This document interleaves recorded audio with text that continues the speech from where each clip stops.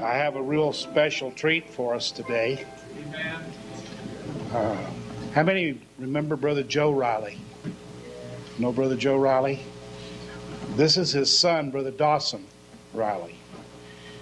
And if you've listened to many of Brother Branham's tapes, you'll find Brother Branham talking about Brother Dawson and him going on hunts and different things like that. Well, when I first met Brother Branham in the 60s, and he'd tell me some of the hunting stories, and I was so envious. I thought, Lord, I'm going to meet them people. They're going to be my friends one of these days. And so this is one of my very special friends, Dawson Riley, Earl Williams, all those people that I never dreamed God would allow to cross our path. And here, Brother Dawson's come this morning. I've asked him to give his testimony.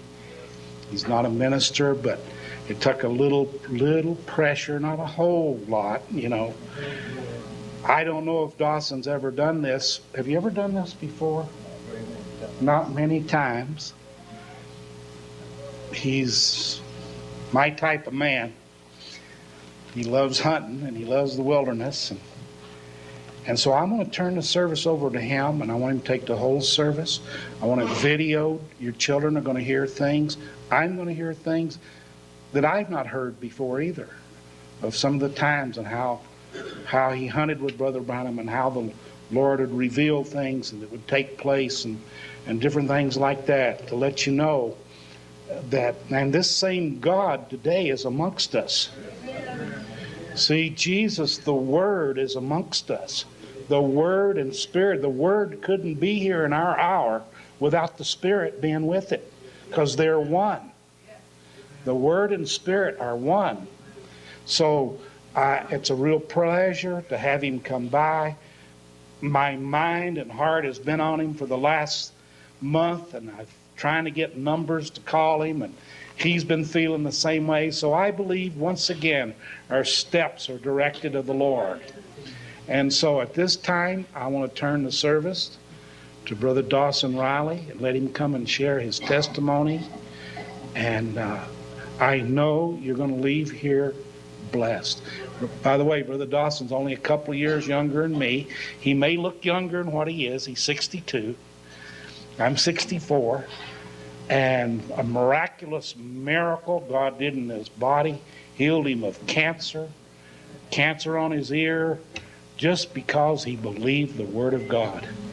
And so, Brother Dawson, if you'd come at this time, I'd like to turn the service to you, my precious friend. Just stand right there. Okay. I greet you in the name of the Lord Jesus Christ. I'm not a minister, and I'm nervous because I don't do this. But I was driving along yesterday morning in Idaho, where I live. I had no thought of even being here. I didn't even think I could make it. I had to drive all night, and the Lord spoke to me and asked me to come today. And I didn't know that he would speak to Brother Jim. He said he spoke to my heart that someone needed a little lift. And I just came to visit Brother Jim, and he asked me to do this. And these things are very dear to me. The most precious thing in my life that's ever happened to me. So you'll forgive me if I'm emotional. Amen. And I'm a lion hunting guide. I still guide for a living, and I'm about to start my lion hunts. And I don't know why he sent me. He did. I know that he did. I got in here about 3 or 4 this morning, and they're very precious friends of mine, very dear to me. And the first day I met Brother Jim, we became bosom friends, and all through the years we've remained that way. So I greet you, and it's a pleasure for me to be and a privilege for me to be here. And I've jotted down a few things, and probably more things kept coming to my mind in the back room, and I jotted them down of things that went on. But before I do that, I'd like to testify of a wonderful thing that happened in my life. I've always been living in the outdoors and I've had a very healthy life. Everything's been wonderful for health for me. And I went to Canada summer before last to work. And I'd finished my lion hunts in Jackson Hole, Wyoming, and I took a construction job. Hunting doesn't do much in the summer, as you know. And so I took a construction job way up in the Arctic Circle. And I started having some troubles. And we were working 7 days a week, 11 hours a day. And I'm no kid anymore. And the old equipment, heavy equipment, was jarring me around. And I knew something was wrong, but I didn't know what. So I came home to Idaho, and I told my wife, I said, I've got to go to the doctor, which I didn't even have a family physician because I've never been to the hospital. I've never been sick. I didn't even have a doctor. So I went into a little clinic there. I live in a remote portion of Idaho. It's kind of like a paradise, you know. It's really a nice place. And I went to this little clinic, and this doctor said, well, you have got to go see a specialist tomorrow. You're in real trouble. I can't tell you very much because I'm just a little clinic doctor, but tomorrow I'll get you in to a specialist. Well, I went over to Idaho Falls, and the man told me, and he says, is your wife here? I said, yeah, she's in the waiting room. He says, go bring her in. You're going to die. You get your things in order. You have let this go too long. You're in serious trouble. You've got cancer, and I can't help you. So, I brought my wife in. Yes. You always think it happens to somebody else. Yeah. I went from perfect health to, he says, I'm going to die. So I said, well, I'm ready. Yeah. But I didn't have things very good for my wife and daughter. I realized I didn't have things very, very good. So he told me what to expect, that he couldn't help me at all, but he could fry me and cook me and you know, do all the chemo and all this. I said, I'm going to go home and think about it. So I went home and pretty much in shock for 4 days. I had about 25 lion hunts booked, and I was about to go. I had taken deposits on these hunts and probably spent most of it. But I thought, what am I going to do? He told me my strength would fail. He told me that my endurance would wane, and that when I told him what I did for a living, he says, there's no way in the world you can do this. It's impossible. I was on snowshoes 90 days of winter in 4 foot of snow, chasing my hounds, treeing these lions, and he said, it's an impossibility. He says, there's no way your body will stand up to that.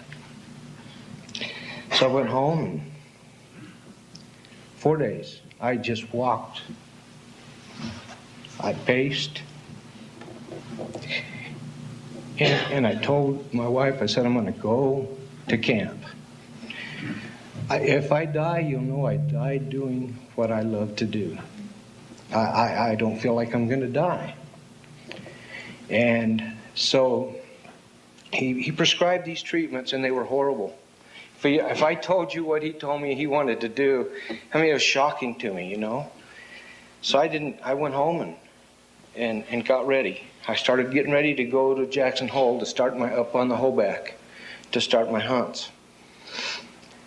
So I went in, and he said these shots were going to be $600 a piece, and that I ought to go have chemo, and I ought to have all of these other things. Well, I've never considered myself a man of faith, but I've always trusted the Lord. And I've lived in the wilderness for several years to get away from people. I'll admit it, you know, I just lived, I liked it out there. I didn't have any neighbors. We didn't have any fellowship, and quite frankly, I'll admit I missed some fellowship, but I had peace. I had peace in my home. I had peace in my heart. And I spent more time in the message than I'd ever spent. And of course, I probably had less money than I ever had, but I had a whole lot better.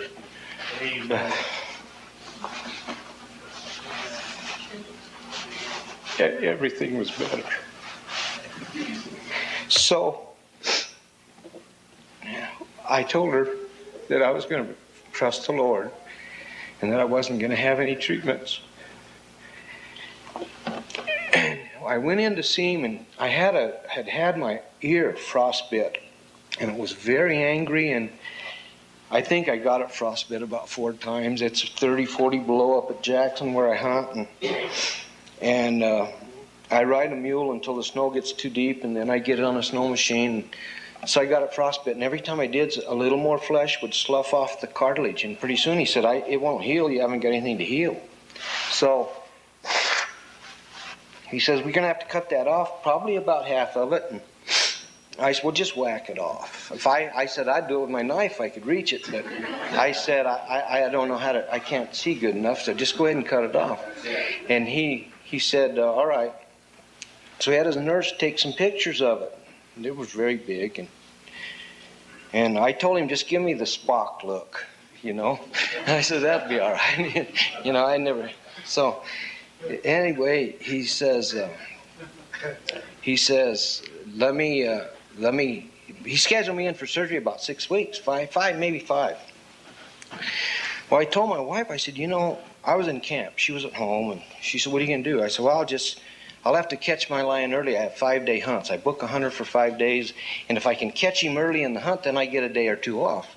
I says, I'm gonna try to catch a lion in 1 or 2 days and send my hunter home, so I'll have 3 days, and I'll go get my ear whacked off, and then I'll have maybe 1 day of rest before I go back to work. So she says, well, how is it? And I said, you know what? I think it's healed.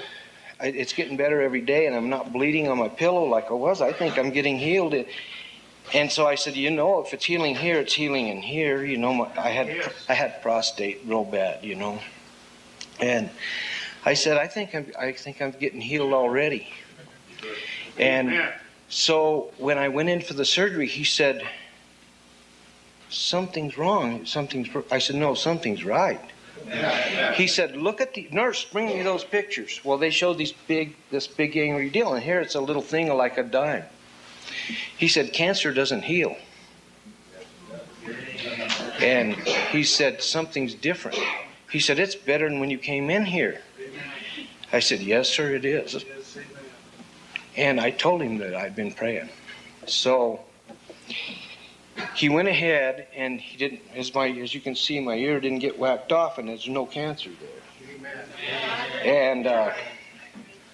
And I haven't had any sickness. I had no weakness.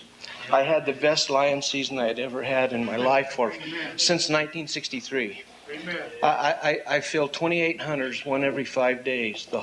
And he gave me bountiful blessings. I had the finest winter I ever had. Every time the other hunters would complain about not finding lion, I would catch 2 or 3. I had 8 days I filled on the first day. I had 5 multiple lion days. I had 1 3-lion day. And all of those things, they don't happen to very many people. And I'm supposed to be getting older and slower, and the kids are supposed to be getting better, and he blessed me. And I want to throw another little testimony in here. I had heard a lot of stories about how bad moose are, but I had never had any problems. I've been around them over in Jackson for several years now, and I never had any close encounters that were dangerous. Well, one day I had a hunter, and we had our snow machines parked, and my dogs were trailing a lion underneath, and a big lion come out of the Yellowstone Park and killed a moose. And I just showed him the kill. Well, with that bull was a cow, and she was all mad.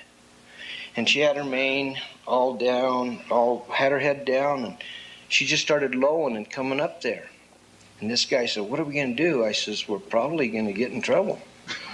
He says, "Well, I'm leaving." And he jumped on his snow machine and took off through just a bunch of brush because there was no trail. We're up there, we're listening to my dogs.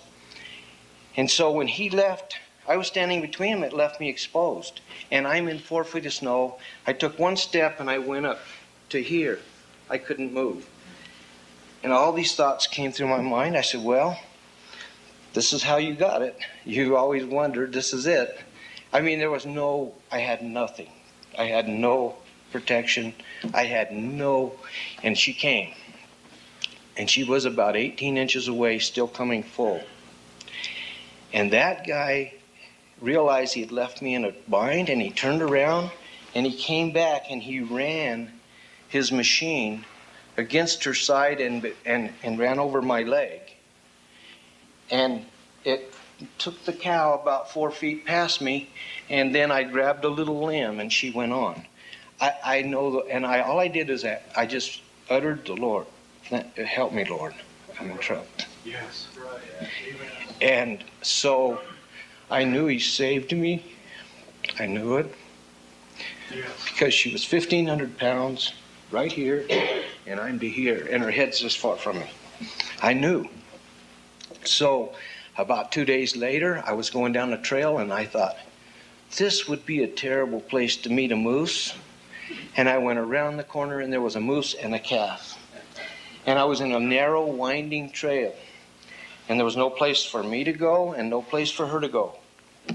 And I sat there and I prayed for an hour. So she tried to walk away, but the calf was getting tired and she was getting madder and madder. And I sat there for 1 hour, which the 1 hour prayer doesn't hurt you, you know. So I prayed. I couldn't physically lift this machine up and turn it around on this narrow trail. There was no place to go. I couldn't climb a tree. I just sat there praying. She went about 50 yards, and finally she decided that she wasn't going to go anymore because her calf couldn't go.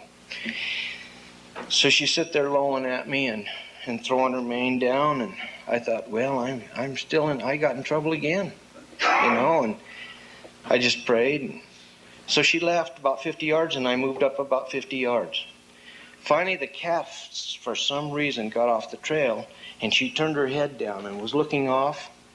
And I prayed the Lord would give me safety here, and I crowded her at the bank.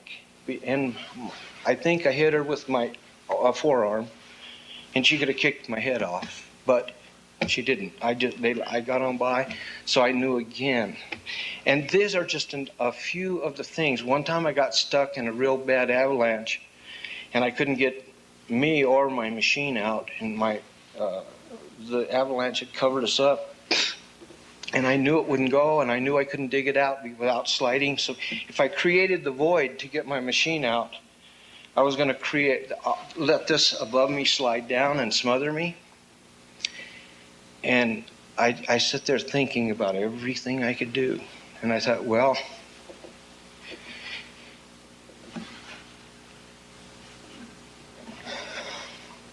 you didn't ask for help. And I asked the Lord to help me. And the machine started and pulled out of that. It's impossible. If you've ever been on one, they won't do that. They won't do it. And it started and went ahead, and it's not even a powerful machine. But anyway, the Lord took me out of it. And I wanted to witness of those things before I began. And that's last winter. That's just last winter. I would like to pray a minute.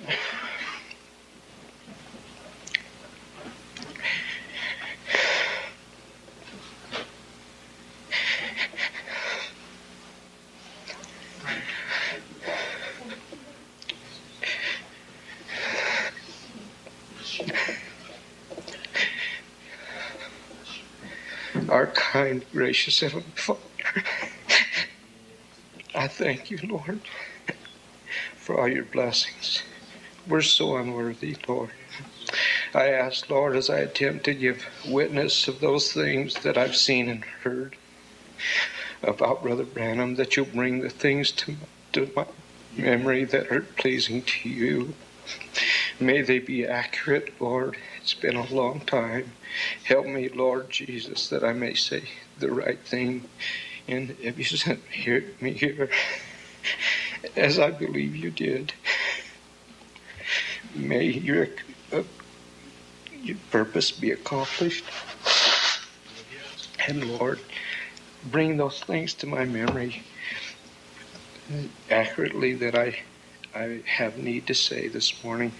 And bless to those that may hear it and be with us, and may your presence be with us.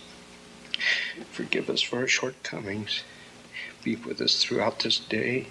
Bless your bride around the world, and we'll give you the praise in Jesus Christ's name.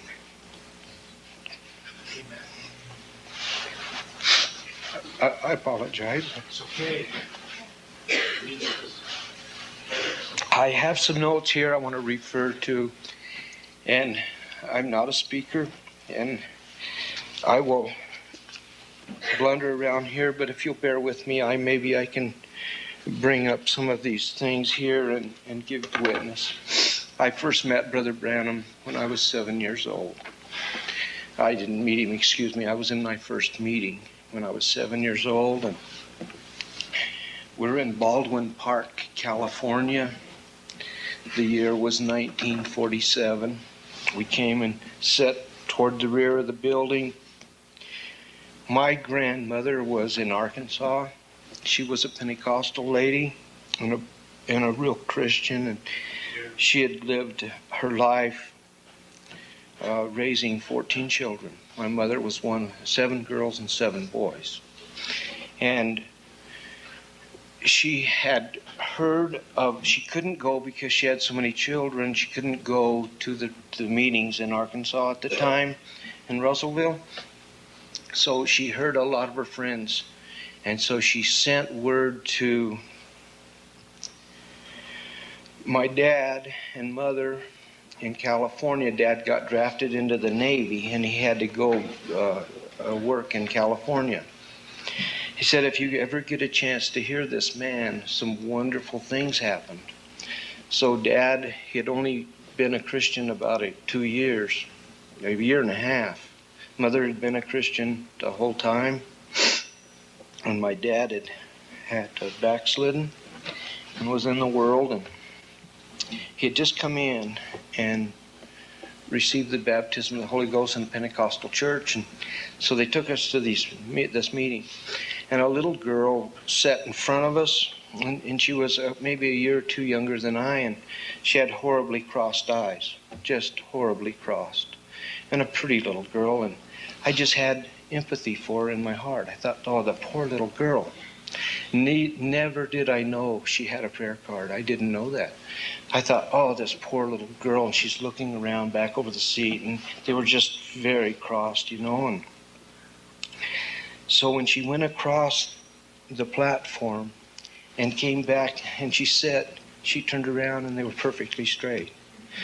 And that was the first striking thing that I remember in Brother Branham's meetings. And as he would get in the area, we would go, my dad and mother would take us to those meetings for the next few years. And so we became acquainted with Brother Branham's healing ministry. We didn't know he was the messenger of the hour. We did not know there was a message. We just liked to go to the meetings and see the healings. We didn't have any knowledge of who he was and what he was sent for. That's right. Well, I was hunting, and I got to meet Brother Billy. We laughed and talked, and I met him outside a lot.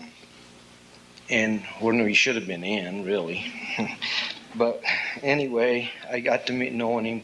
He was young, and anyway, he said, my dad would really like to to meet you and go on a hunt with you. I said, oh, no, he wouldn't. He wouldn't like to meet me. No, that can't happen. I'm not a Christian, you know. And I said, that's not what he'd enjoy at all. Well, one day I'd been up on the San Carlos Indian Reservation, and I caught a really, really big bear. And I had this huge bear, one of the biggest ones I'd seen. Billy liked it, and Brother Billy, and he says, oh, I got to tell Dad. So we went to Jim's Steakhouse down on Van Buren. That was the first time I got to, well, it was the second time. I was just, in 1959, Brother Sherritt, the man on the tapes, you'll remember the name associated with the grafting of the trees, the orange and the lemon. Well, John Sherritt, my dad was working with him at the time, and he came down to Phoenix and had just got a world record rainbow. And we saw it in the back of his car and in the back of his station wagon. And we got to go to dinner with him that day. Of course, we just sat there and be quiet. We didn't say anything, but we got to go. He and Sister Mita and my mom and dad and I and Brother Sherritt and his wife went out to eat at the Los Olivos Lodge there in Phoenix. That was a very wonderful time, a couple of hours there, maybe 4 or 5. And Brother Sherritt, he had a whole wing there set aside, and that was a delightful time.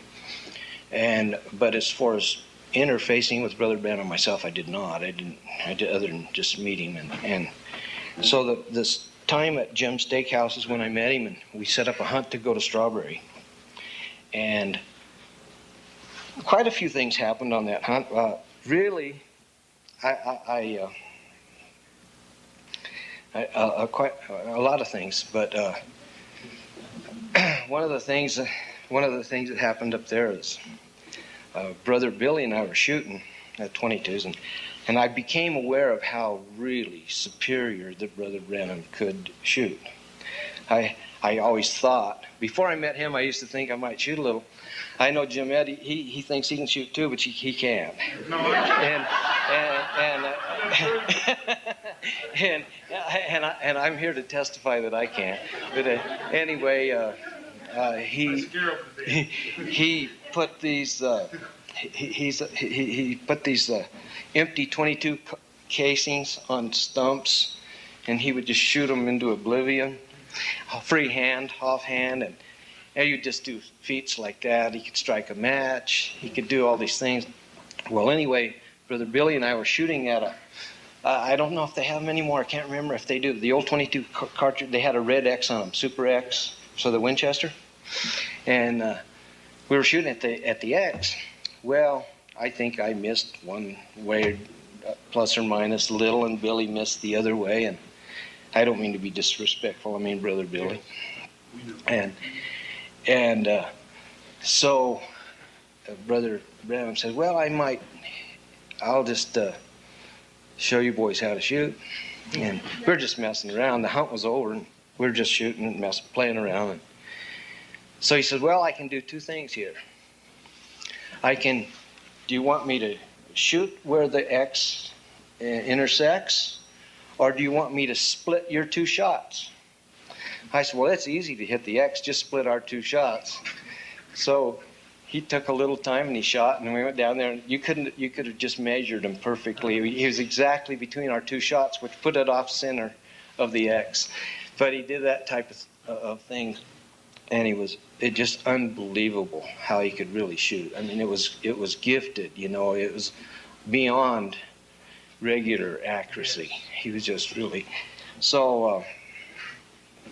I don't know if I have any notes on that hunt or not. I don't think I do.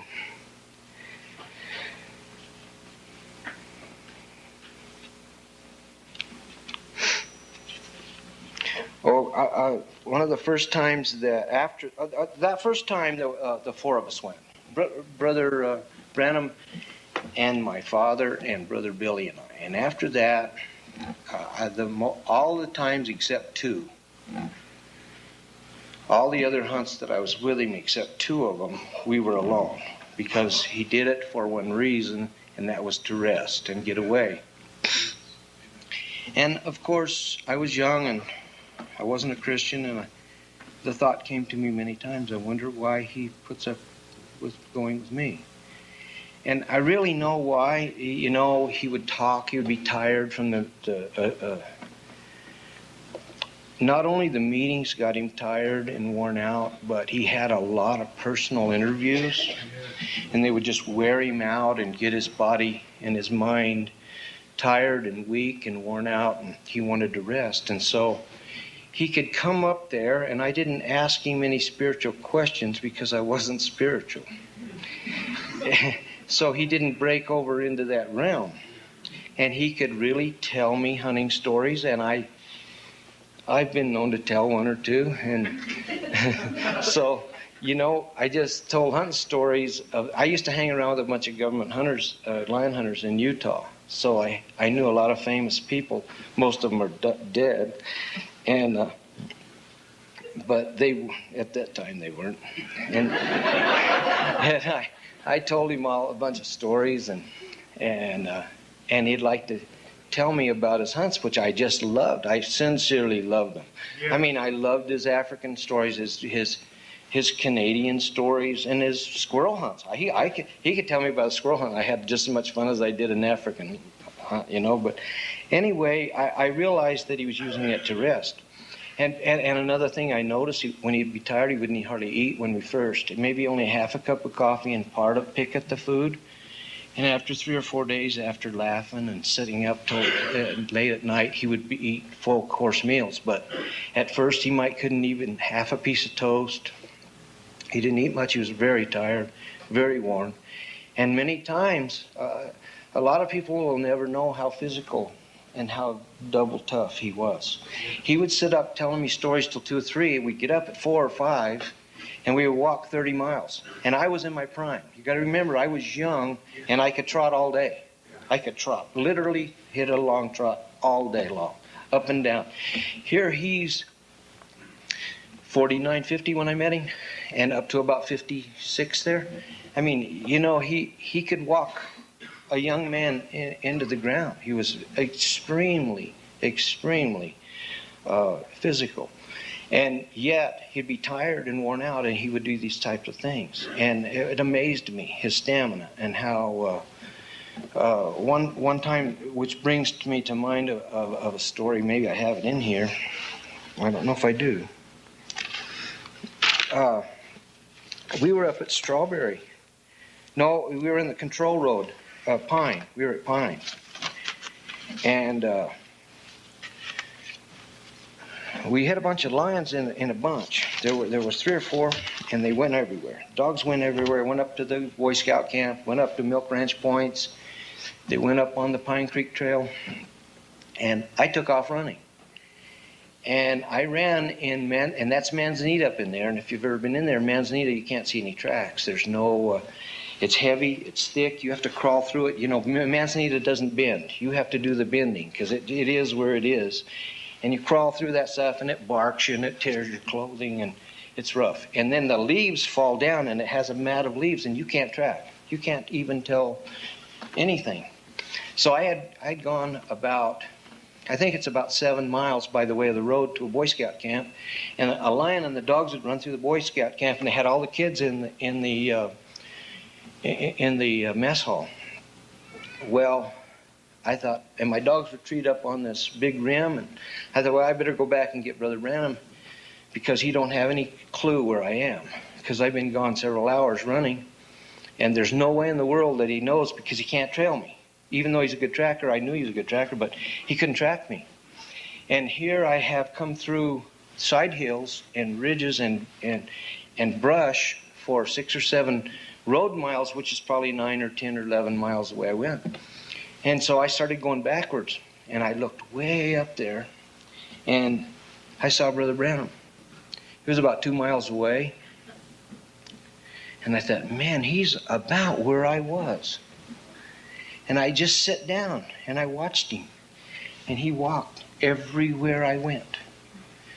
And he came up to me. I couldn't believe it. I could not believe my eyes. Here he came through untrackable ways. And he went exactly, and I knew where I was. I knew where I went. Because I tried to pick the best, and I knew where I'd go the same one again, you know. I couldn't believe it. He came exactly up to me. And he smiled, and he said, "You didn't think I'd get here, did you?" I said, "No, sir, I didn't." Well, let me tell you something. I'm going to jump back 2 hours. I had 2 dogs that I knew nothing about. A man called me up and asked me to try them out. And I didn't know anything about them. I didn't know if they were good lion dogs. I didn't know if they chased deer. I didn't know what. Well, when my dogs were running on this lion track, and these 2 dogs took a fox, and I knew they did. I saw the fox. And they caught the fox and killed it, and I thought, boy, that's fast. You know, they may not be any good, but they sure are fast. And they killed this fox, and it was about a quarter of a mile off of this trail that I picked to go follow my dogs. Then I heard them again. There was a pair of foxes. They jumped the other fox and killed it, and it was about another 1/8 of a mile away. And this just down in the weeds, down in the brush. I said, well, they're good fox dogs, you know. And I was kind of amazed that they could catch a fox and kill it. And I didn't say, no, of course. I talked to him, and he said, "You didn't think I'd be here?" I said, "No, sir, I sure didn't." He says, "Boy, wasn't that something about those fox?" It's humanly impossible for him to know where that fox was. I was right there, so I could see it. And if I hadn't stepped down where it was, I wouldn't have seen it. He said, "That was something about those foxes, wasn't it?" And you can imagine what it did to me. You can just imagine. I just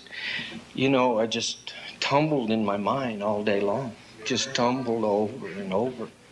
I just couldn't grasp it. I just knew something different here that I ever even imagined. If anybody ever thinks, and you hear these people talk about Brother Branham when he was under the anointing, they don't know very much about that, you know.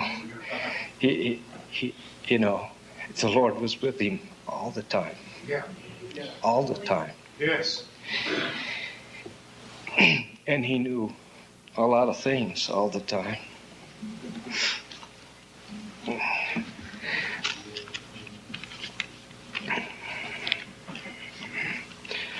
One time, the first morning that Brother Branham and I was going from Payson, first day by ourselves. Nobody else was with us first time. We got stopped and checked by game warden. Now, I go months without it, maybe years. But Brother Branham had out-of-state license because he was from Indiana. He hadn't moved to Arizona at the time. And so he had out-of-state license, so he was legal. I had my guide's license. We were all legal. So he checked us. We got out and put our stuff on the hood of the truck and visited with him a little. And the guy's name was John Hernbrode. And he was really aggressive, you might say, and pretty much of a smart aleck for a game warden, you know. And so we went out, and I was starting to get irritated, and Brother Branham told me to calm down. And I wasn't very calm then, and I wasn't old, you know, and fat.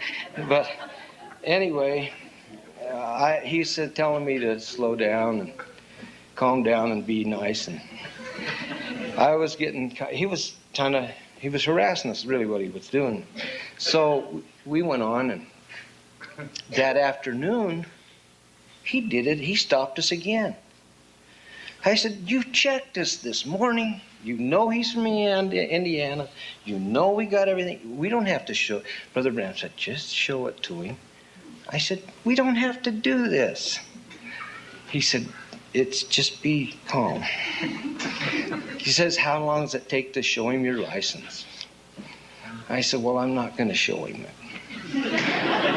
I said, "He read it this morning. He's not that stupid. You know, he's sitting there listening." And so he said, "Show him your license." So we did, and I was aggravated at the guy, you can imagine. Yeah. So we went on. Well, the next day, he started following us. So I said, well, I'll tell you what we'll do. That guy can't even think about walking with us. Let's just lead him along through the... I said, we're going to go to Washington Park, and the rim's about 2,000 feet there, and let's climb it 2 or 3 times. And drop off and climb it, and let him follow us. We're not going to do anything. We're just going to lead this guy, and we'll get this guy. He said, well, we might catch a lion. I said, all right. So we took our dogs, and this guy's following us. When we came back, we were about 10 miles ahead of him. And he had to be tired, man. He had to be tired. So I said, I'm going to cut his tires. He said, you can't do that. I said, yeah, I'm going to cut his tires, you know, because he's following us, trying to get us trapped. And I said, I'm cutting these tires. I said, he won't get back for a week because he's probably got 1 spare, but he don't have 4. He said, no, you can't do that, you know. And so I was wanting to cut his tires and some other stuff too. And he said, no. He said, you can't do that. I said, all right. So I went over there and I looked at right by the truck and I saw this lion track. And I hadn't seen it that morning. It was real big. It was really big. And so I was looking at this lion track. I said, look at this. I said, we didn't hit him anywhere today. Look at this lion. This is a nice tom. He looked at me real funny, you know, and he says, how old is it? I said, well, I don't know. It's old, several days. I said, I'm not sure. I said, let me get this one dog. I had this dog named Boots.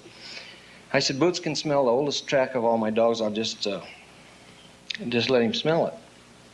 So I put him on it, and he could barely get some sin out of it and wag his tail. And I said, it might be 10 days old. He looked at me real serious, and this was another shock to me. He says, it's exactly 10 days old. Yeah? Anyway, I was just guessing, you know. I said, I don't know. It might be 10 days old. He said, it's exactly 10 days. So another thing, too, he told me, he said, who's your best dog? I said, Boots. He said, he's not your best dog. He said, what about Eli? I said, he's my second best dog. He says, well, you just start watching them. He said, Boots steals everything Eli does. And I started watching it, and he was copycatting the other dog. And here I was supposed to be the one that knows about the dogs, right? I got to look, and I didn't even know my own dogs, you know. He had to tell me. Anyway, one day we were in the... Here was I got a good lesson in shooting one day, and it was snowing. We couldn't go hunting, so we're shooting out the window of the lodge. We're target practicing. I'm trotting over here and putting our targets on this tree, and so he said, go 50 paces and put this .22 Magnum casing into the bark with the casing backwards to me. So I went over there and pressed this .22 casing. It's 50 yards. He stands in the door of the lodge, offhand, and he drills this casing into the bark. I mean, it just disappeared. I trot back over there, and I says, yeah, I can't find it. He said, put another one up there. So I trotted over there, put another one. He did the same thing. He said, here, you try it. I said, oh, that's out of my deal. That's out of my league. So I stuff one in there, and I get his gun. And it was a little bull barrel, .22 Magnum custom single shot he had made.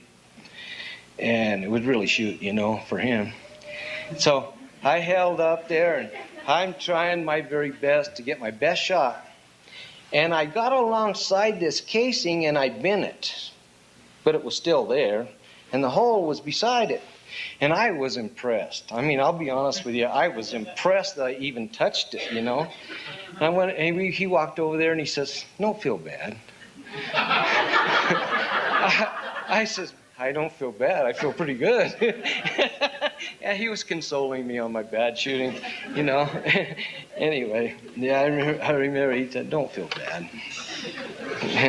Yeah. One time, you know, I kind of hate to say it.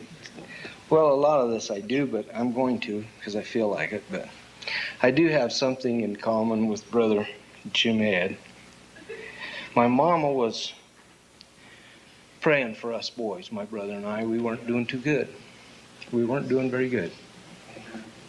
And so one time Brother Branham came to the house, and he would usually, when he got out of meetings or if he was out of the interviews and he was tired, he wanted to rest, I told him I'd cancel all my hunters and he could come and I'd just take him.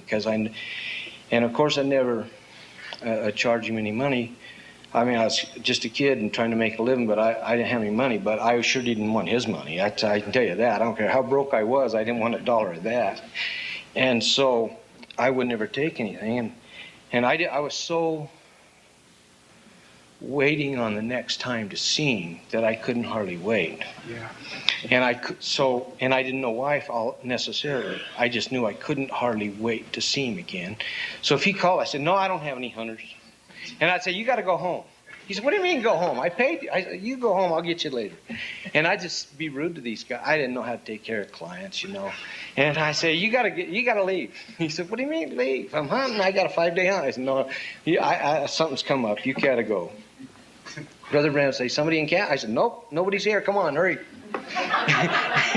So anyway, he came down to the house, and my mother was talking to him, and she was talking and nervous about us and crying, you know. And I didn't know if she said it. She told me later and said, telling him about it, what should she do? And he said, "Just don't nag them." Yeah. He said, he said, "They'll be there. You don't have to worry." He said, "They'll be there, but don't nag them." Yeah. And no matter what you do and where you go and what happens, I mean, I know we still all have to come to the same message. We all have to come to that word. And none of us are exempt from it. You've got to have the Holy Ghost in your life, or you're not going to make it. I tried it a long time with the head knowledge, and you can't do it. You have to have Christ in your heart, and you've got to have a personal experience with Jesus Christ, or you won't get there. But it's still a wonderful consolation to know He said it. It doesn't excuse my bad doing or mistakes I've made. It doesn't lessen any of that. We have to pay for everything we do, and we'll pay many times over. The price is great, but still, what a consolation deep down when you know it's priceless.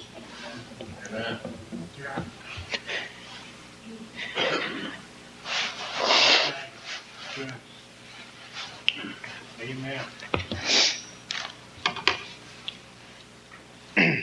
Anyway, he said some more things, and one blessing that our family, all of my father and my mother and my brother and my sister and I, every one of us has had visions from Brother Branham pertaining to our lives. That's such a blessing in itself. Every single member of my family have been touched through the prophetic word of our messenger. And that's a wonderful privilege also, and I wanted to mention that and how thankful I am for that.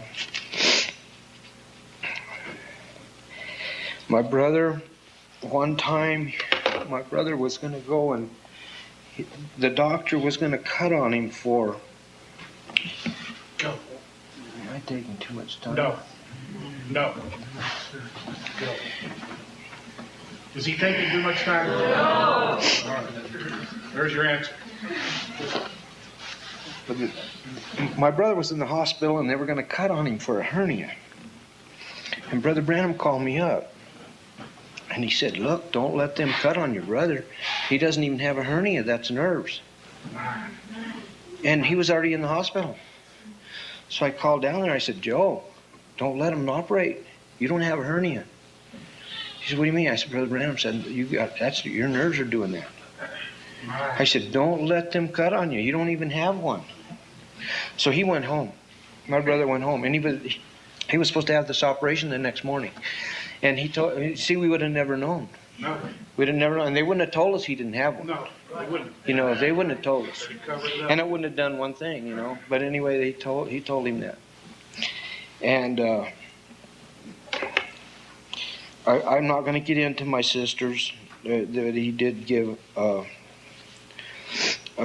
vision about her, and I won't get into that, or my mother and my dad.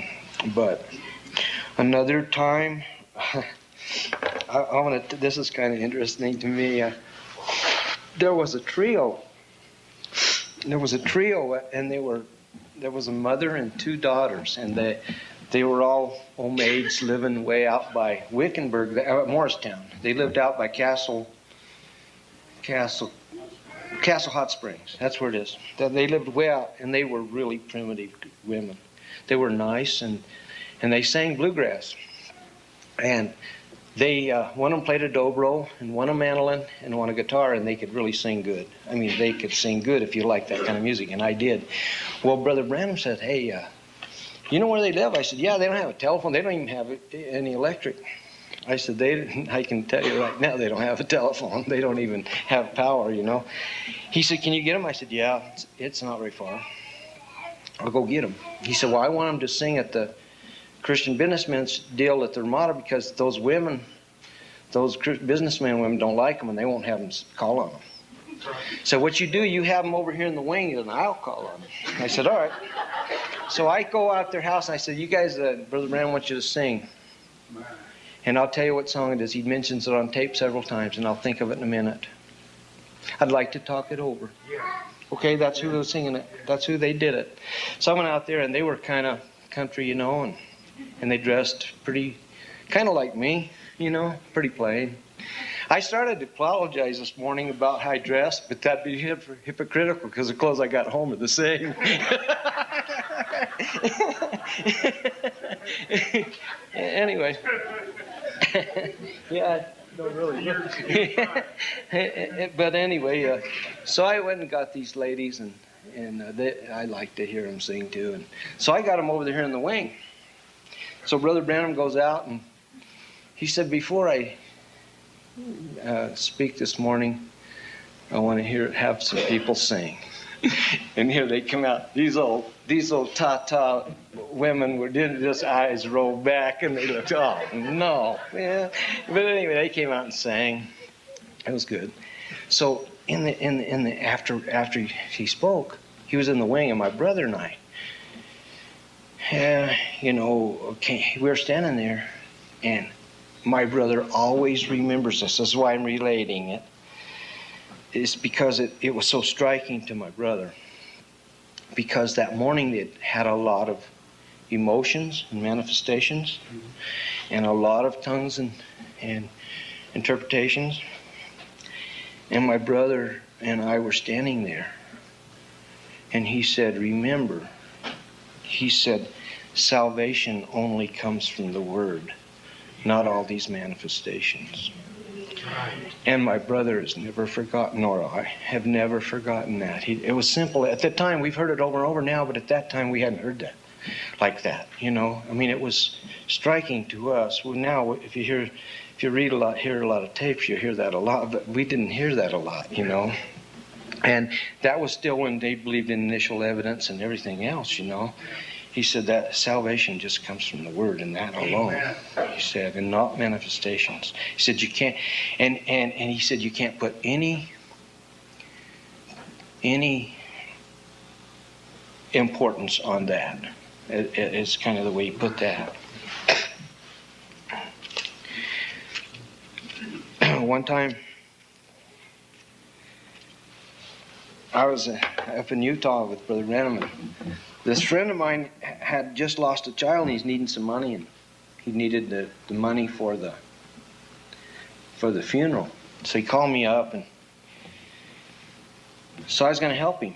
And so I was talking to Brother Branham about it, and he said, I said, I don't know. I need to either buy this colt from him or buy a lion dog. He needs some money real bad, and he won't take a gift. He will. He's too proud. He was a lion hunter, and he was trying to feed a family. And then government lion hunters made $600 a month, and he had 5 children. And that was what they were working for then at that time, for the U.S. Fish and Wildlife. And I said, he's way too proud, but he won't. It's the same man, by the way, if you hear the tape when he talks about the Jack Mormon. Yes. Same gentleman, same gentleman. And we were at his house, and I said, what do you think I ought to do? And he said, well, you ought to get that dog. I said, all right. So he said, let's go down to the saddle shop. I said, why? He said, you know that story you told me about your saddle? You got in a bind and got out of money and you sold your saddle a long time ago? I said, yeah. He said, I think it might be in that saddle shop downtown. I said, that was 4 or 5 years ago. And it was about 60 miles from here, you know. He said, well, let's just go over there and have a look. And I walked in and my saddle's sitting there on the rack, you know. And I thought, he said, well, that's pretty reasonable, isn't it? Well, let's just get it. And I got my saddle back after all those years. And then so I go back home, and Jerry says, why don't you take the colt? Brother Branham nudges me. He just told me to take the dog. And I thought, well, Jerry said, I'd rather you take boy, I need that dog. Brother Branham nudges me. I said, I think I better take that dog. And he said, well, think about it. I said, all right. So that afternoon he says, will you take this horse? I said, yeah, I'll take it. And Brother Branham, the room, he says, I think I'd have taken the dog. Well, I'll tell you right now that I won't go into a long story, but that colt had one problem after another and ended up crippled. And the dog went to a real good friend of mine, and he was good. And every day of his life, I envied him. Every 10, 12 years, I wish I had that dog. Anyway, I didn't listen, and I should have. One time, I'll tell you how dumb I was. Of course, that's pretty apparent anyway, but I was really foolish. Brother Branham was trying to give me a hint. I dove hunted with Bob Ford. I don't know if any of you know Bob Ford in Jeffersonville? Old man? Name, yes. He looks like Colonel Sanders? Yeah. But you don't have chicken? Yeah. Well, anyway, Bob and I, we went good dove hunting every day. And so Brother Branham, he didn't like it, see, but I didn't know it. Nobody had ever told me. And I had an old man that had the palsy from France and had been in World War I, and I gave him the doves. And I thought I was doing a good duty, and I'd take a couple of young ones, give him, I think the limit might have been 20 a day, I guess. Well, I'd take about 2 and have Mom cook them for my breakfast, and I would just give him the rest. And him and his wife would eat on them, and I thought it was a good deal. I was just, and so Brother Branham was trying to tell me, and he says, we don't shoot doves. I said, I do. Oh, and then about halfway home, I thought, oh, you dummy. You dummy. He was trying to tell you something. So I go over to Bob Ford's, and I say, Bob, we can't hunt doves anymore. He said, well, you may not, but I'm going to. He said, why? I said, Brother Branham said we don't hunt doves. I said, I'm not going to shoot any more doves. Right. He said, well, I'm going to.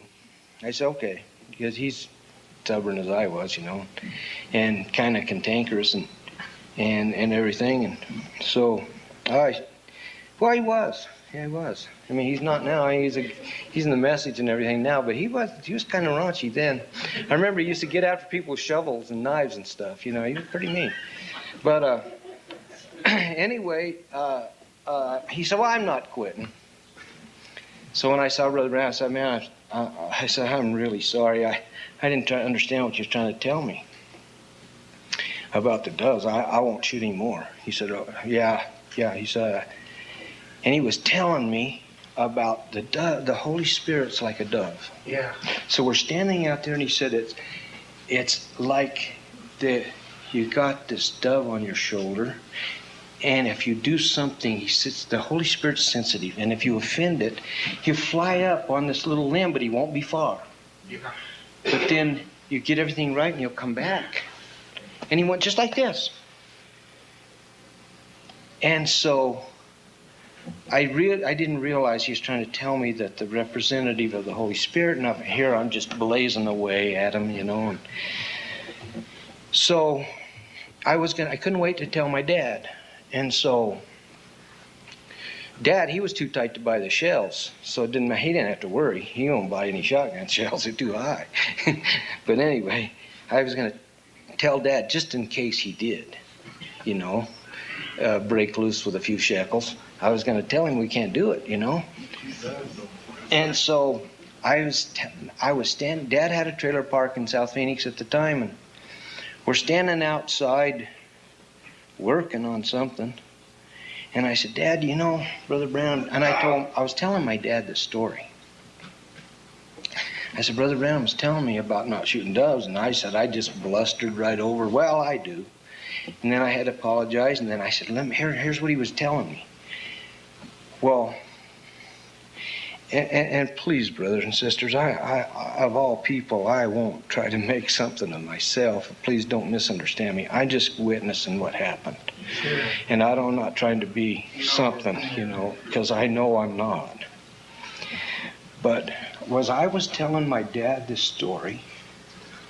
In Arizona, you have Sonora doves, and you've got mourning doves, and then you got white wings. Yeah. But a pure white dove landed on my shoulder. My dad looks at me, and I was afraid to move. And he says, is that a pet? And I says, no, Dad, I had never seen it before.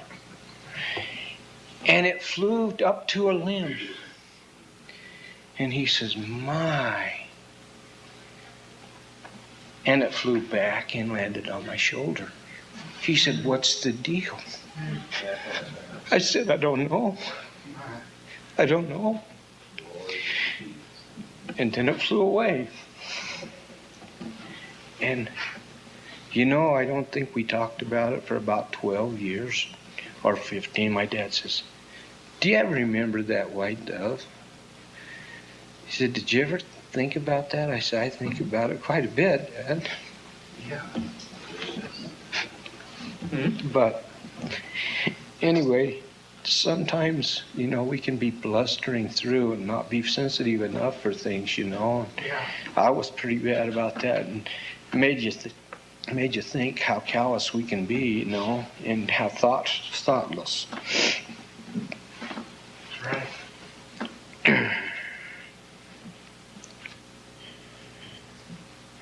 One time I was in. How long do you want me to do this? Keep going. You want him to quit? No. Okay. Well, you just tell me, all right? Because there's a bunch of. I haven't even hardly got down I to the know. line. We got that. One time I was in Strawberry Lodge, and it was cold, and I had an old International Scout. And if anybody ever had them, they have the lousiest defroster known to man. It takes about 35, 40 minutes if it's a frosted day. And I had this old Scout, and I'd already loaded the dogs. And so I had a great big wart on my thumb. And it wasn't hurting. It was just a nervous habit I had, and I was sitting there wanting this. It was about 4:35 in the morning, and we're sitting there and waiting on this defroster and everything, and I'm rubbing. I got that nervous habit, and I'm thinking, wish this thing would hurry up. He said, what are you doing? I said, oh, nothing. It's just a dumb habit. In a couple of minutes, I was doing it again, and I didn't know it, And he said, what are you doing?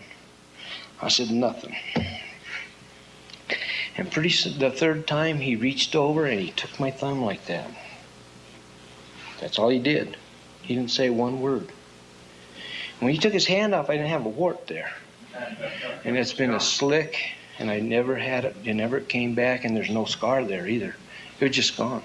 And all he did is touch, so he never said one thing. It was gone. And I just sit there and looked. And I looked at him. He just smiled. It was gone, So the next day, we went down through a barn. We were staying in number 4 room at Strawberry Lodge. Lester Gray, this guy that had managed Strawberry Lodge, was a real good friend of mine, and I would run a ticket for every hunter. And when my hunter would pay, I would pay my ticket, because we'd get our meals there, have our room, get our flats fixed, because I had a lot of flats. And we would get gas and everything. And then I'd just get my hunt, pay up with him, and go to the next person. Well, Strawberry at that time, it had...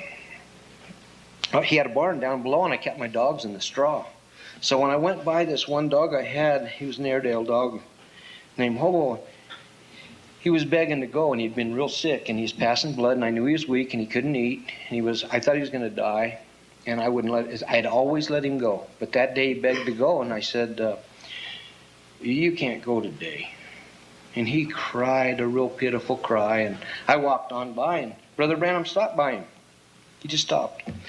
I selected the other dogs I was going to take that day, and usually I take one pack and rest the other half, and then the next day I reverse them so they're always fresh. And he said, why don't you let him go? I said, I can't. He's sick. He's not going to make it. He's too weak to make the day. If we get on a long chase, he won't even make it back, and he's too heavy to carry, and I don't want to carry him. And I'm just not going to take him. I went on through and let my dogs loose, and he's still standing there. He said, why don't you let him go? I said, let him go. So he unsnaps him. I went outside, put him in the scout, and we went to where we're hunting. And the dog got out to clean out, and he was just quivering and shaking and passing blood. And I was kind of telling him, I was kind of explaining to him why I wasn't going to let the dog go. I said, see, that's why I didn't bring him. And he walked over to him like this.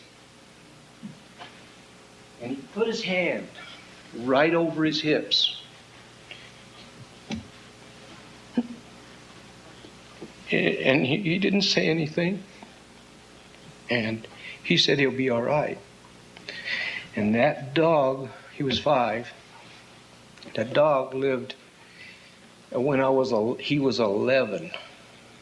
At 6 o'clock one night, I was with a rancher, and the rancher shot a lion in a low cedar tree, and he didn't do a very good job. And the lion jumped on me, and Hobo went up and took the lion's bite in front of my throat. And the lion killed him at 11. And he never had another sick day until the day the lion killed him. Saved your life. And he saved me at the age of 11. And Brother Branham just touched him and said he'd be all right. And my dog was healed. He went on that day, never missed another meal. And he told me never sell the dog. I didn't tell you that too. He said, don't ever sell that dog. I said I won't. And that's what he told me that day. He said, don't ever sell that dog. You know good and well what he saw. Yeah. He saw it sitting in the barn before I wouldn't take him. He really saw it then. So I saved your life.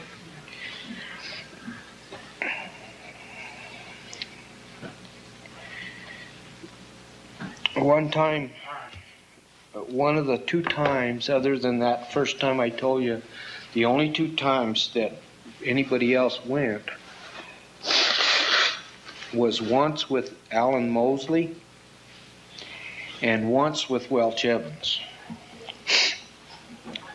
But the Mosleys were my friends, and we were visiting a lot, and they had asked me to go with Brother Branham, and I said, well, I know, a lot of people ask me that, and I'm not trying to keep you from him or anything, but he only told me not to ever tell anybody where and when we're going, and not to give his number to anybody, and never tell anybody, and I never have, and I never will. Right. But they were good friends, and as you know, they had given Brother Branham the Jeep. They had made a Jeep and given it to him, and they loved him dearly, and they talked to me often, and Alan was one of my bosom friends before he was killed, and so he says, why don't you ask him? I said, I will. And I love the other boys too, but I did like Alan better. You know how you are. You just have some people you just get along with a little better. And the other boys are fine boys too, not to say they aren't. But I just really did like Alan and got along with him a lot. And I don't know, he said, well, tell Alan he can go. I said, all right. I said, but he's seeding rice up in Northern California, but he's going to fly down and meet us in Utah whenever I tell him. He said, well, don't have him come now because there's going to be a real bad storm. And it was just perfectly sunny, you know. He said, there's going to be a real bad storm, and he couldn't fly in there. I said, all right, I'll tell him. I said, Alan, you can go, but you can't come. He says, what do you mean? He said, I'm coming. I said, no. And he says, I can fly in any weather. I said, no, don't come. So Brother Branham came and met me over here at the house and parked his Jeep out in front. And then we always put the dogs in my truck, and then we leave. And that day, my mother had a pot of chili on, and she said he never came in. We usually just met outside and leave. And she said, I got a new apple pie done, or cherry, I don't remember which, and a pot of chili. I asked him if he wants a bowl before you go, so you don't have to stop along the way. And I said, I don't think he will, but I'll ask him. He said, yeah, that'd be all right. So we went in, and he sat there and he told me, he said, you know, something's going to happen on this trip that I'm not going to like. I'm not going to enjoy it. I said, well, Brother Branham, that's easy. Let's just don't go. I said, I don't want you to not be happy. He said, oh, you don't understand. If you see a vision, it has to happen. We couldn't help not going if we wanted to. I already saw it. It's going to happen. I said, well, let's just stay home. No, that isn't how it works, see. I was just going to save him the unhappiness. But he said, no, we have to go or then it's going to be wrong. So he told me what it was, 2 things. And so we went to Utah, and it was real pretty all the way up there, nice and sunny. And we got in this little room, and he gave me a book. Now, this might seem strange to you. Here I'm with the prophet, but he gives me a book, and I can't put the book down. And I'm right there. We're on twin beds. I could have talked to him, but my heart's. But I couldn't put this book down. A prophet visits South Africa. I can't believe this, man. And I'm reading this book, and he's right. And he said, well, you can read that later. I said, no, I can't. But anyway, I remember him giving me that, and I couldn't put it down. So he said, you call Alan and tell him not to come, because he's going to be antsy and going to come anyway. So I called him in California. I says, you better not come. He says, is it storming? I said, nope, it's very pretty. He said, I'm on my way. I said, you better not. So he called the weather service, and they said it was fine. He called me back, I'm coming. I said, no, you can't come, Alan. He said, man, I waited for this, and I waited for it, and I'm coming. I said, no, you better not. So he didn't. And sure enough, we woke about midnight. There was about a foot of snow already, and it was thick. It was one of those horizontal blizzards. He couldn't have made it 10 feet, you know. Well, anyway, I called him when it settled down, and he came on down, and we got this line. Well, I'd found a little set of line tracks, and I said, and I knew Brother Branham was wanting a bigger one, and so if we got a small one, he'd just pass on it anyway, so I figured, why tree it? So we went all day long, caught a bobcat, and it was too little. And we let it go. And that night, I said, well, we got that line track. We can go run it for fun if you want to. It's little, but it's the only thing we found today. He didn't say anything. And Alan said, yeah, let's go do it. He didn't say anything, and I didn't pick up on it, you know. And so I went over and turned my dogs on it and treated it. And Alan had a big old gun there, and he shot a big hole in it, and he didn't like it. It was a pretty little line. It was just a yearling. So he said, well, I'm not going to take that little line. I said, well, I know that. But Alan said, I'll take it. He said, I'd like you to have it. I said, all right, take it. So the next night, there was 2 of them. And I knew that sibling would be looking for its mate there the next day. So we went hunting the next day, didn't find any lion. I said, well, that other lion will be right there. I imagine I can catch it tonight. It was kind of on the way back into the motel. So I stopped by, dumped my dogs out, and treated it. Well, I decided I'd just have some fun, so I climbed up in this tree and kicked this lion out. And I just kicked it in the chest and knocked it out. And I felt so bad. I'm down there hissing my dogs, and they're choking this lion. And, you know, Brother Branham, he liked things killed humanely and quickly. And my dogs are choking it, and I'm down there hissing them and everything. And it fires your dogs up, see? So I'm down there training dogs, and I looked up, and he had a bad look on his face. And I thought, oh, I'm in trouble. He don't like this. But he already told me he wouldn't like it.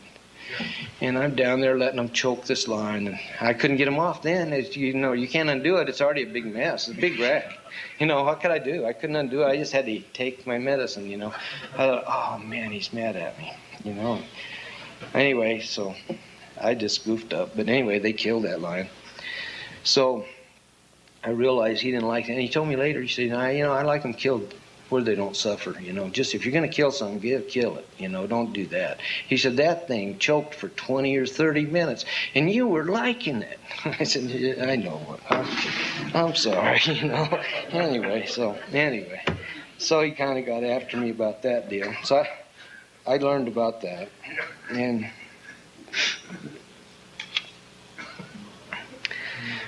I'm going to pass over some of this because I know it's long, but I'll do one more. This is very striking to me.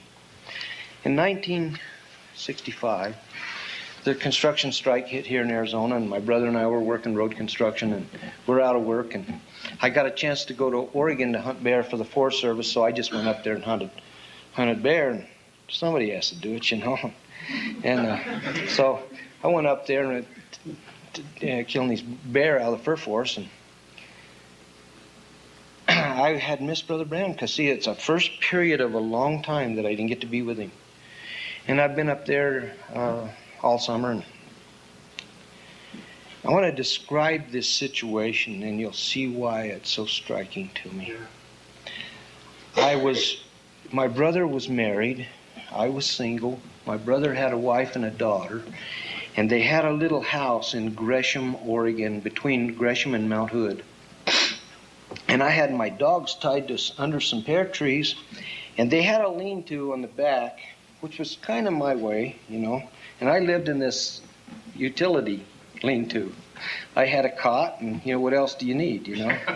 And so I lived in this, me and the hot water heater out there in this little deal, and in the back of the house. And my sister-in-law would do my laundry and cook for me, and then I stand out there. Well, they lived on a hill, and up at the top of this hill, maybe 500 yards away, was a supermarket with a paved parking lot, and in the corner of the parking lot, out by the sidewalk, was a telephone booth. Well, I was laying there thinking, man, I'm going to go back to Arizona. I can't see Brother Branham, and I caught all these bears for the forest. There's no more bear up here in this forest. I'm going to go, and the construction strike wasn't over, and I didn't know I was going to make a living, but I decided I was going to go home. And I'll be honest with you, I was alone. I was kind of lonesome and stuff, and I was sitting there. It's about 10 o'clock at night. And I was laying on my cot. And my sister-in-law came to the back door, and she said, Dawson, you got somebody at the door. I said, there's no way. Nobody knows me. How could there be somebody at your door? No human in this whole town knows me. And nobody knows I live here, and we don't have a telephone. Said, I don't know, but there's somebody asking for you. I said, well, Bonnie, I don't know anybody. I'm not getting up. She says, come to the door and see what he wants. So I go to the door, and this guy says, hey, you got a phone call up there at the parking lot. I said, I don't have a phone call. You're crazy. I don't even know the number of my own cell. He said, look, man, I don't care if you take it or not. I'm just walking by, and I don't even know why I answered it. I answered the phone. And he said, go down the hill and ask for Dawson. I said, you're out of your mind. He said, no, there's somebody up there. I said, who? I don't know who it is. Well, I don't even care if you answer it. I said, well, I don't either. He said, but he did ask for you. Is your name God? I said, yeah. I said, all right. So I walk up this hill, and I pick up the phone, and Brother Billy said, Dawson, Daddy wants to talk to you.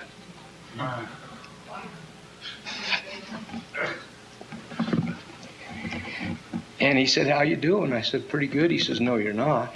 He said, you're not doing very good, are you? I said, no, sir.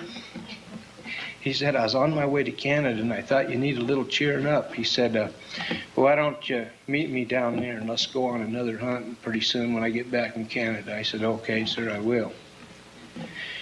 And I just wanted to share that with you, It meant a lot to me.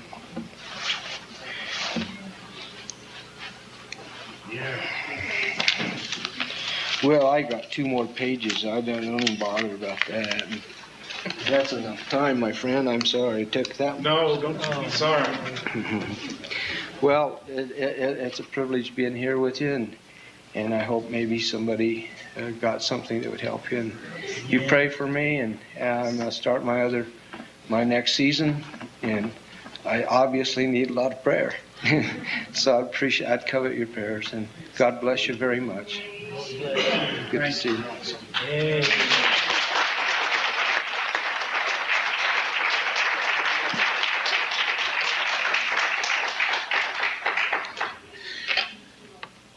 Being around that gift, like I was, like Brother Dawson was, like different ones, when you'd start to tell him the dream, he'd stop you. Tell you the whole dream from beginning to end, how he was laying, how he had his hat pulled down, what the horses meant and everything. Lets us know that same God is alive today. And it gives us such faith to walk on. God knows that you might be living on a little lean-to, and there's a telephone line right up there, and he can get a hold of you anytime he wants. He's still the same. Brother Branham spent his ministry preaching to us, Hebrews 13:8. Jesus Christ the same yesterday, today, and forever. Now that same God knows where we're at today, where we're going to be tomorrow. Our steps are ordered of the Lord, and it gives me great comfort to know that my Jesus, and Cynthia Wednesday night made an outstanding statement. It says the Word, and says Jesus is here. The Word is here. And Jesus is here. The Word right now. They're one. So whatever you have need of, if you need healing, ask Him to heal you right now. If you have any need in your body, you ask that presence that's here right now. That's how Brother Dawson got healed. That's how God healed me. I was miraculously touched Monday, deathly sick. And I kept saying, God, you're healing me right now. You're healing me right now. And I come home to service Wednesday night, and God, you've got to claim it. You've got to go claim it. God knows where you're at. He's a healer. He paid for all of this. So these things we tell to, doesn't it help your faith? See, if he knowed where a little old mountain lion hunter was, sleeping in a lean-to, knew when that guy was going to be walking by. I don't know why I answered the phone. Yeah. Amen. And it's all ordained of the Lord. And that's how our life is. If you can take comfort in knowing that your life is so ordained of the Lord Jesus Christ, that our life does not, we're just not bebopping along. And He don't know where we're at and what's going on. And I count it a real privilege for you children to hear. Just see, These are spiritual hunting stories. Just like David killed a lion, David killed the bear, and different things. See, God has everything under His control. And I thank Dawson for taking the time to come by. In fact, Lord willing, this May, he's going to help me get me a bear. And Lord, if you don't help me, don't help that bear. And if we take Joshua along, we call him bear bait. Brother Dawson. Everyone stand up and look at Joshua. That's what we call bear bait, because they really like him. And they smell him out, no matter where he's at. But did you enjoy that? And it's a keepsake. It's a joy to hear those things. And why we've got men alive that can tell the testimony. And that's just a few, folks. He didn't even touch a lot of them. But Jesus Christ is the same yesterday, today, and forever. And God sent that gift so it would help our faith in this last day. And will I find faith when yeah, He's going to find faith. Amen. There's going to be faith in the bride of Jesus Christ. She's going to have the faith of Jesus Christ. Let's all stand. Donald, come and lead us some songs. And oh, don't you feel refreshed to know that He's the same yesterday, today, and that same presence that was with that prophet is here. And if you'll look for Him, you can begin to catch Him in the things that He wants you to catch Him. So, God bless you. Noah had drifted on the flood.